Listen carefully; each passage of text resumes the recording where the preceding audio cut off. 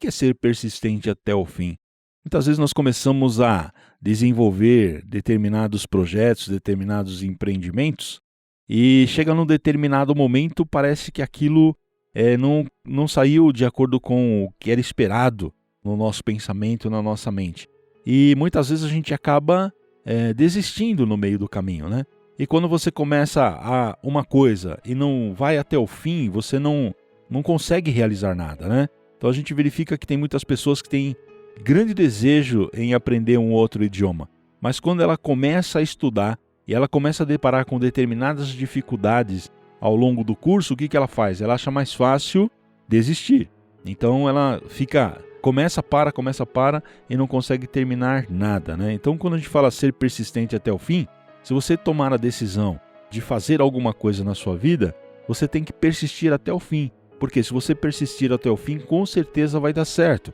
Se não deu certo ainda é porque não chegou ao fim. Então, enquanto a gente vai desenvolvendo os nossos projetos, os nossos ideais, né? Enquanto a gente espera o resultado desses ideais, nós vamos trabalhando de uma forma de poder amar e servir e ser útil ao maior número possível de pessoas, né? Quando servimos aos outros com sinceridade, não só as pessoas, mas tudo inconscientemente vai sendo vivificado ao nosso redor. E nós mesmos é que ficamos cada vez mais felizes. Então, veja bem, você tem um trabalho para realizar, ou talvez você recebeu uma promoção, ou tem a possibilidade de você ter uma promoção na empresa onde você trabalha, e aí para você realmente ocupar essa função, esse cargo, né, que está aí na hierarquia acima da sua função atual, você precisa se preparar, você precisa se habilitar para isso, né? E como que você vai fazer isso? É justamente procurando se tornar uma pessoa proativa dentro do teu empreendimento, do local do seu trabalho, e procurando realmente absorver o máximo de informação no mecanismo como que se desenvolve essa função, e sempre pensando que através desse trabalho você está sendo útil às pessoas do seu convívio, às pessoas que trabalham nesse ambiente. Então aqui o professor Seito Taniguchi ele diz assim: todos os homens são filhos de Deus, irmãos nascidos da mesma vida. E vendo apenas fisicamente, os homens são todos diferentes, desiguais. Jamais podemos afirmar que os homens são todos iguais, olhando apenas a aparência humana. O fato de todos os homens serem filhos de Deus significa que, por mais diferente que seja o aspecto superficial do homem, a vida nele contida provém de um único Criador. Por isso que na Seitonê nós afirmamos categoricamente que todos nós somos filhos de Deus. E Jesus Cristo também, quando passou pela terra, ele ensinou a oração do Pai Nosso, né? Ele não falou Pai meu, Pai Nosso que estás no céu. Então nós todos, sem exceção, independente de sectarismo religioso, todos nós, a nossa vida provém de um único Criador, né? Que é esse Deus grandioso, esse Deus universal que realmente preenche todo o universo, que nos promove todo em abundância. Para isso nós precisamos vivenciar essa vida maravilhosa, procurando ser útil ao maior número possível de pessoas, né? Então, aqui nesse capítulo do livro Amemos Intensamente, o professor Seito Taniguchi ele coloca o relato de uma senhora, né? Que essa senhora vivia muito infeliz por estar sempre doente, seus 2 filhos também não eram sadios e sempre contrariam doenças, e ela era a única que gozava de uma relativa saúde. Mas no final de um ano, só havia doentes em sua casa e ela se viu num beco sem saída, né? Como toda a família dela vivia sentindo tristeza, devido a essa atmosfera de tristeza que estava assolando o seu lar, como consequência só aconteciam fatos ruins. Então tem uma lei mental que diz, né, que os semelhantes sempre se atraem. E isso realmente é um fato verídico, né? Quem deseja atrair a felicidade deve manter pensamentos felizes. Quem deseja obter saúde deve ter pensamentos saudáveis, né? Agora, muitas vezes as pessoas chegam numa situação como essa senhora aqui, que vivia num ambiente de infelicidade, e quando depara com o pensamento iluminador da Seitonê, e é passado para elas alguma prática de cunho espiritual, para ela alinhar e começar a reverenciar, agradecer o lar. Meu lar é um paraíso, é constituído de prosperidade, de pessoas saudáveis, mas ela começa a fazer essa mentalização durante um período e aparentemente não vê resultados e acaba desistindo. Então, como o tema hoje é ser persistente até o fim, tem que realmente persistir realmente no pensamento iluminador até que realmente as coisas venham a acontecer de forma satisfatória. E aí o professor continua aqui no relato dela, que essa senhora, num determinado dia, juntamente com uma vizinha, foi buscar um gás numa distribuidora que ficava perto da sua casa, e chegando lá, as pessoas que trabalhavam no depósito pediram para ela retornar mais tarde, porque naquele momento o gás havia acabado. E essa senhora voltou para casa e continuou seus afazeres, e ela começou a cortar algo, com um machadinho, e sem perceber, num dado momento, ela cortou a ponta do dedo indicador esquerdo. E gritando de dor, correu para dentro de casa, Aí depois ela e o marido foram procurar a ponta do dedo para tentar realmente colar novamente na mão dessa senhora. E quando foram procurar, não conseguiram achar, E verificaram, a ponta estava grudada na porta. E ela tentou unir o dedo, a parte encaixada, mas já não encaixava mais. Sem solução, eles recorreram a um médico para ver se conseguia reimplantar, e o médico realmente disse que a ponta do dedo já estava sem vida e que não havia possibilidade para reimplantá-la. Mas essa senhora, o que acontece? Como ela já estava naquela esperança, porque muitas vezes quando as pessoas estão com certas dificuldades e quando vai chegando assim o dia 31 de dezembro, vai brotando realmente aquele entusiasmo, o ano que vem, um ano novo, tudo vai melhorar, tudo vai dar certo para mim, vou conseguir estabilizar as minhas finanças, vou conseguir encontrar um companheiro, uma companheira, vou conseguir realmente uma grande paixão. E as pessoas renovam realmente essas expectativas. E foi o que aconteceu com essa senhora, mesmo diante da sentença do médico que não tinha mais jeito para colar a ponta daquele dedo que havia sido decepado através do machadinho. Ela disse para o médico que ela ia voltar para casa e que iria realmente fazer todo o trabalho que ela tinha que fazer com bastante alegria, com bastante entusiasmo, e que ela iria ter realmente, que ela tinha certeza que essa ponta do dedo iria renascer na mão, E aí o que aconteceu? Na vida dessa senhora aconteciam sucessivamente fatos ruins, mas ela se sentiu encorajada por uma forte fé e acreditou que todos os karmas do passado estavam sendo extinguidos e que a partir de então somente ocorrências boas viriam e que o dedo também renasceria. Isso é o que o professor Seiichi Taniguchi escreve aqui no relato dela na página 58 do livro Amemos Intensamente. E quando chegou no último dia do ano, essa senhora levantou-se toda animada, com o pensamento que a partir do dia seguinte, que seria o ano novo, somente fatos bons aconteceriam no seu lar, pensou em preparar algum prato especial para o ano novo, e saiu para comprar os ingredientes. E apesar do dedo machucado, a mão toda enfaixada lá, porque existe aquele pensamento e aquela máxima que desgraça atrai mais desgraça, essa senhora saiu com um envelope contendo o salário do mês e o abono recebido pelo marido no bolso. Só que quando ela estava no meio da rua, o que aconteceu? O dinheiro estava no bolso do vestido e ela, sem perceber, acabou sendo furtada, E voltou para casa extremamente abatida, sem dinheiro, com todos os membros da família doentes, não tinha mais nada para fazer, mesmo que ela quisesse.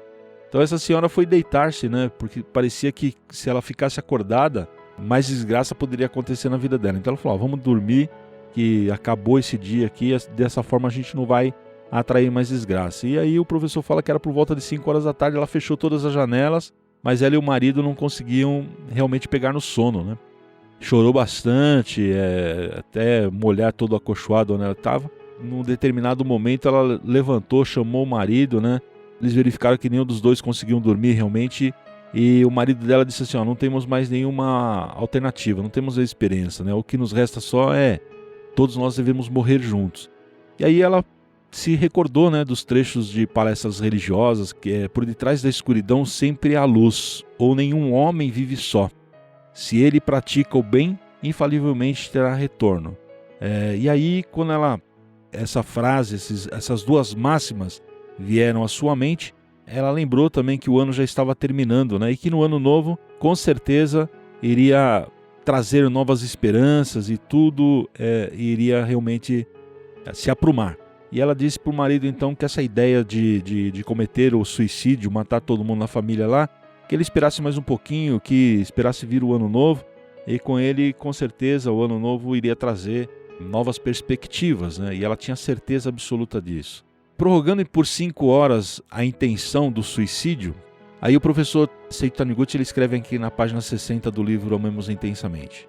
Prorrogando por 5 horas a intenção do suicídio à família, conseguiu adentrar o ano novo. Logo de manhã, bem cedo, alguém bateu fortemente à sua porta e ao abrir, ela deparou com o morador da casa do outro lado da rua, que lhe pediu ajuda para arrumar o avô que acabava de falecer naquela madrugada, né? Então, nesse momento, essa senhora, o que aconteceu? Ela sentiu-se profundamente tocada em seu coração, pois algumas horas antes ela mesma estava pensando em morrer por causa da situação aflitiva em que a família se encontrava. Então, aí ela percebeu que naquele momento, o que ela tinha realmente como prioridade era dar assistência para aquele vizinho cujo seu avô acabara de passar pelo plano espiritual. Com esse pensamento, essa senhora reverenciou do fundo da alma e foi ajudar o vizinho. Ao ajudar o vizinho, compenetradamente, tentando ser útil aos outros, essa senhora percebeu que todas as suas aflições e angústias e tristezas haviam desaparecido. Enquanto estava confinada dentro da sua própria casa, esperando que a felicidade batesse à sua porta, só aconteciam fatos tristes e aflitivos. Através dessa experiência, ela compreendeu efetivamente que a verdadeira felicidade provém da satisfação de poder ser útil aos outros, por pouco que seja, e de poder praticar atos que proporcionem alegria às demais pessoas. Então a senhora que foi realmente ajudar o vizinho porque ele estava sofrendo muito com a passagem do seu avô para o plano espiritual, ela compreendendo que a verdadeira razão de viver está em amar e ser útil aos outros, ela começou a dedicar-se com profunda sinceridade aos familiares, ao marido, e passou a trabalhar com disposição e sentimento de alegria. Olha que coisa interessante, né? Através de uma situação que ela se predispôs a ajudar uma pessoa que estava em dificuldade, ela entendeu que, por mais que a circunstância da vida dela naquele período estava assim demasiadamente complicada, não era motivo realmente para tirar a vida dos filhos, nem a sua própria vida e a vida do marido. Então, a partir daquele momento, o que aconteceu? Ela entendeu verdadeiramente a razão de estar viva, e que essa razão de estar viva, ela tem como objetivo, como fundamento, amar, ser útil às outras pessoas, né? Então, quando ela despertou para essa verdade, através da ação àquela pessoa que estava necessitada, ela começou a vivenciar isso também dentro do seu próprio lar. Ela começou a ser uma pessoa mais amável, começou a ser uma pessoa mais alegre, uma pessoa que agia com profunda sinceridade com seus familiares. E aí o que acontece? O professor Seito Taniguchi diz que quem ama o próximo é realmente vivificado. E essa senhora dedicou-se com afinco ao próximo, ao marido, aos filhos, com alegre esperança, esquecendo-se da doença, da mão defeituosa e da pobreza. Então a ponta do dedo dela renasceu até com unha e ficou completamente restabelecido. E a doença e a pobreza foram substituídas pela saúde e pela felicidade. Isso é a conclusão do relato dela que o professor Seito Taniguchi escreve aqui na página 62 do livro Amemos Intensamente. Então, queridos amigos, nós precisamos realmente fazer uma reflexão profunda. Por que será que as coisas estão manifestando de forma tão difícil na nossa vida? Será que não estamos realmente esquecendo de dedicar algo de bom ao nosso próximo, ao nosso semelhante? Então, quando nós partimos para a ajuda, tentar amenizar o sofrimento do nosso semelhante, o que acontece? A nossa mente, ela se desprende, né, dos nossos problemas, das nossas dificuldades. E quando a nossa mente se desprende dos nossos problemas, das nossas dificuldades, começa justamente a força divina que está alojada no nosso interior a preencher a nossa mente. E aí automaticamente nós conseguimos acalmar a mente, nós conseguimos tranquilizar as nossas emoções e os nossos sentimentos, nós conseguimos ter um melhor discernimento sobre os problemas e as situações aparentemente projetadas na nossa vida, com a dedicação sincera de amor, com a dedicação sincera de facilitar a vida das outras pessoas, da mesma forma como existe aquele conceito, a dificuldade atrai dificuldade, a desgraça atrai a desgraça, a facilidade também atrai a facilidade. Então, se nós dedicarmos o amor para facilitar a vida das outras pessoas, com certeza a nossa vida vai ficar mais tranquila, mais suave, mais serena, o caminho vai se tornar mais plano, nós vamos conseguir realmente ânimo e disposição para enfrentar a jornada do nosso dia a dia. E o professor Seito Taniguchi, ele escreve aqui na página 62 do livro Amemos Intensamente: o milagre acontece através da força do amor. O amor é a própria vida de Deus. Quando vivemos em função do amor, a vida de Deus se manifesta e tudo vivifica, fazendo desaparecer toda a escuridão. Essa é a orientação do pensamento iluminador da Seiichi no Ie. A gente sabe que muitas pessoas que estão doentes ou sofrendo com os mais variados problemas não encontram tempo para pensar muitas vezes nos outros. Pensam somente em si própria, pensam somente na sua doença, pensam somente na sua infelicidade. E enquanto a pessoa só pensa em receber, a mente dela fica obstruída por pensamentos egoístas e impedida de manifestar amor, né? Então, ao invés de resplandecer a luz espiritual que está alojada no âmago do ser, isso vai trancafiando cada vez mais essa força divina, e o que sobrepõe justamente são os pensamentos sombrios, as dificuldades, os problemas e as doenças, né?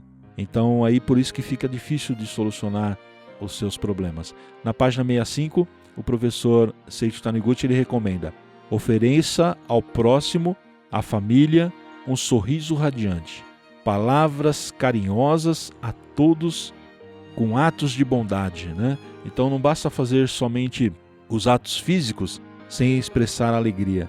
Certa ocasião eu estava de plantão no departamento de orientação pessoal na sede central, no Jabaquara, e apareceu uma jovem no departamento. E quando ela sentou diante de mim, o que chamou muita atenção, o sorriso sincero, o sorriso franco daquela jovem. E eu parabenizei pelo seu sorriso sincero, cativante. E ela me disse assim: olha, Pretor, eu tenho por hábito, naturalmente, quando eu estou andando pela rua, se alguém olha para mim, eu sorrio com naturalidade, né?